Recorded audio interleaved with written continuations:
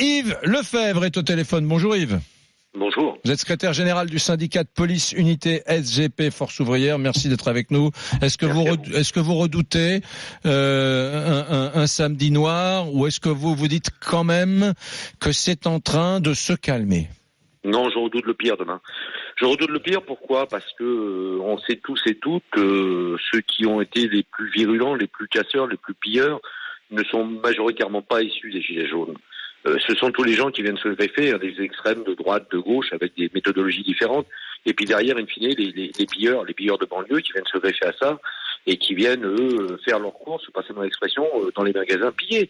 Donc aujourd'hui, moi j'en ai appelé, j'ai été le seul syndicat, tout pan confondu, et qui plus est symboliquement dans la police, à apporter mon soutien aux Gilets jaunes lors de la première journée d'action en disant, nous, ça sera 0 PV ce jour-là. Parce que leurs revendications sont les nôtres. Donc on le sait tous et toutes, mais pour autant ne confondons pas un mouvement social avec des casseurs. Et demain, moi je crains le pire. On a un redéploiement demain à l'identique ou quasi à l'identique de samedi dernier, où malheureusement ça risque de tourner encore au désastre sur Paris. Malheureusement.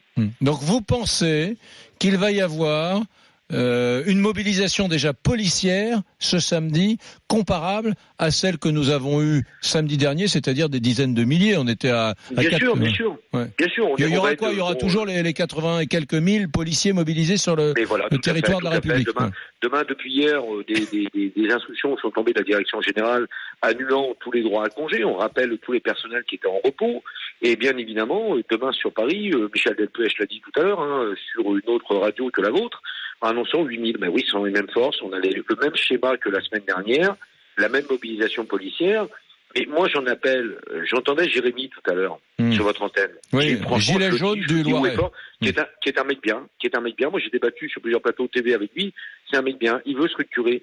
Mais aujourd'hui, qu'il fasse une pause.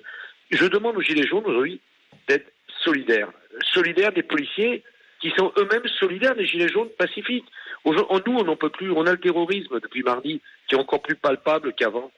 Et on a, je vais vous citer un exemple, les forces mobiles qui vont être engagées, une partie des forces mobiles qui vont être engagées demain sur le maintien de l'ordre. Dimanche, vont rentrer dans la compagnie pour ce qui concerne les CRS pour reprendre la route aussitôt pour être déployés sur Biarritz mardi, où il y a un G7 préparatoire au G7 programmé fin août 2019. Donc ça signifie à dire que c'est mes collègues qui n'ont plus un seul jour de repos, qui finissent pour certains leur vacation de nuit à 6 heures, qu'on vient réveiller dans la chambre de comportement CRS à 8 heures, en leur disant tu t'équipes, on va faire la guerre à Paris en suivant. Merde, on n'en peut plus au bout d'un moment. Et on est solidaires parce que nous, on ne gagne pas plus qu'eux. On est aussi impactés qu'eux par les hausses. Et on partage leurs revendications. Mais aujourd'hui, ils sont en train de se faire polluer. Pas qu'aujourd'hui. Depuis l'acte 3, l'acte 4, plus particulièrement. Pardon. Ils sont en train de se faire polluer leur mouvement par des casseurs. C'est ça le problème.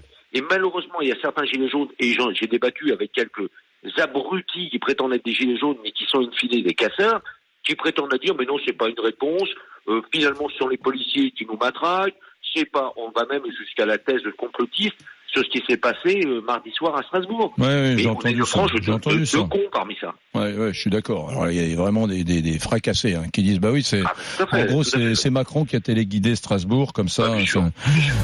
Retrouvez toute notre actualité sur videopolice.com, la chaîne YouTube d'Unité SGP Police.